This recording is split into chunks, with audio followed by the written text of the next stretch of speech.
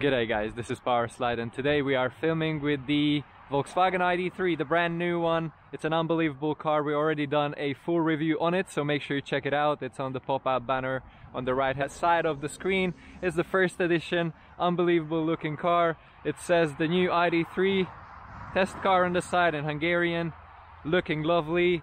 It's a sticker on here which looks pretty cool for me as well. Everything about this car looks pretty cool. It's the size of the Golf.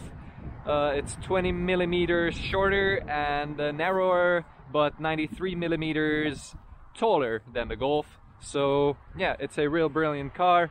And Mauro is sitting inside the car. He's the cameraman of Powerslide, looking awesome. The front end of this car, LED light bar across, unbelievable looking. Check out the boot first of all, because it's 5 liters bigger than the Golf's boot. So yeah, really big boot for this car.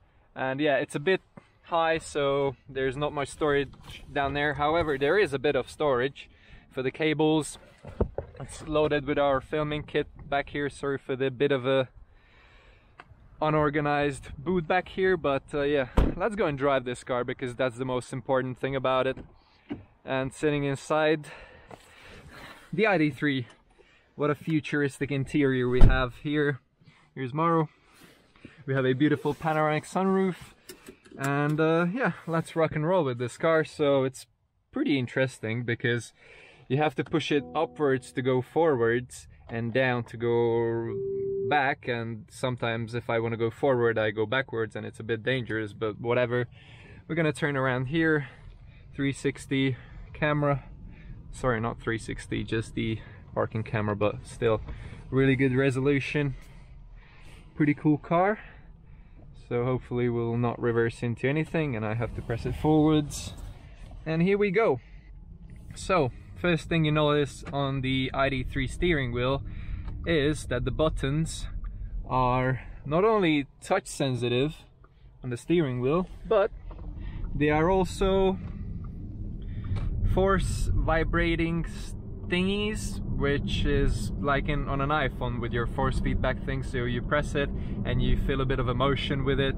It's really cool. I just engaged the line keeping assistant so it doesn't let me wander around in the lane, and everything is touch sensitive in the car, the climate, the volume and everything. Now this car is the 204 horsepower model, and we've been driving it for the filming. We have the car for 3 hours, so not so much. We got it with the full charge of battery, and it said around 300 kilometers range, and now it says 260, but we've been pushing it because we have a mode select where we have eco, comfort, sport, individual. Obviously we are in sport, and we're going to do a bit of a launch with this car. So let me go to a complete standstill, and yeah, let's go. It's 7 seconds the 0 to 100, and it goes like that. I don't know if you can tell from the head-up display, but we're already above 100, and we're gonna slow down because we don't want to go to jail. But yeah, this car is properly quick. It's also rear-wheel drive and rear engine, so there's a lot of similarities with the VW Beetle back in the day. So let me tell you another interesting thing. So it's called the ID3 because Volkswagen people's car, and there were 2 people's car before that. So the first one was the VW Beetle, which was sold I think 21 million times, something like that. We tested a cabriolet version of the Beetle, so make sure you check that out. There's a pop-out banner on the right hand side of the screen which you can check.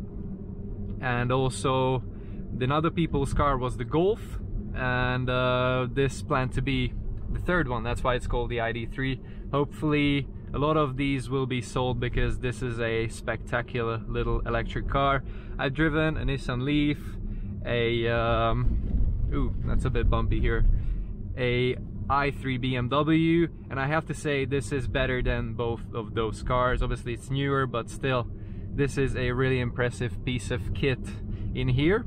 And also it's really spacious in the interior because we have the panoramic sunroof and a lot of glass over here as well, so you have really cool visibility on the road, and we don't have a gearbox tunnel. Obviously it's an electric car, and once you have a rear-wheel drive car you're supposed to have a gearbox tunnel, and yeah, it's just extra space for us with a lot of cubby holders down here for your mobile phone, charging sockets and cup holders. So yeah, this is really practical, this car, really fast, really fun, and it offers you pretty cool range.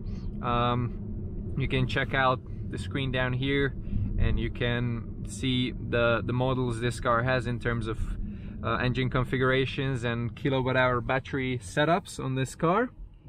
And Volkswagen offers you a 126 horsepower model, a 150 horsepower model, and the 204 horsepower model. So yeah, it's plenty of power for this car. The torque is unbelievable. It's a really fun little car, and it doesn't feel that it's rear-wheel drive. It's more like an all-wheel drive feeling.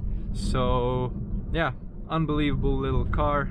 We came into a city and the roads are a bit bumpier, but there is no vibration with the materials. It's really quiet, it's really sweet, and yeah, the ride comfort is also okay. It's not firm. However, the car is 1,700 kilos, so it should be a bit heavy and a bit bumpy. But yeah, you have a wide range of wheel options from 18 to 20-inch wheels. So yeah, it's a really speccable car. Only downside is that it's really expensive, obviously, as all the electric cars, but you get a lot of car for your money. So I recommend you to buy this electric car a lot. And yeah, another downside is that it gets a lot of attention on the road. So basically you drive around and everybody's looking at it like a spaceship from Star Trek or Star Wars, because it really looks like that. But if you like attention, like to be seen in your beautiful electric car, then it's good. If you're not, then you should go with a normal baseline Golf or something like that. But yeah, I can only recommend you this car. Otherwise, we're gonna stop somewhere here and we're gonna jump into the back seat, because there's quite a bit of space in here as soon as we're out of this traffic jam. So we're gonna quickly stop here and show you the back seat. We're going to press P. Let me jump into the back because it's really spacious back there as well. Let me jump in here to the back. Moro is really tall, 190 centimeters, but I have plenty of knee room, and also we have two phone chargers, really comfortable seat with pretty good support on the side, because this is, at the end of the day, it's pretty sporty, this car. We have some pockets here, the leather seat. Yeah, unbelievable little car. So that was it for today, guys. Thank you very much for watching. Make sure you subscribe and hit the notification bell to be alerted when we make a new upload. Bye.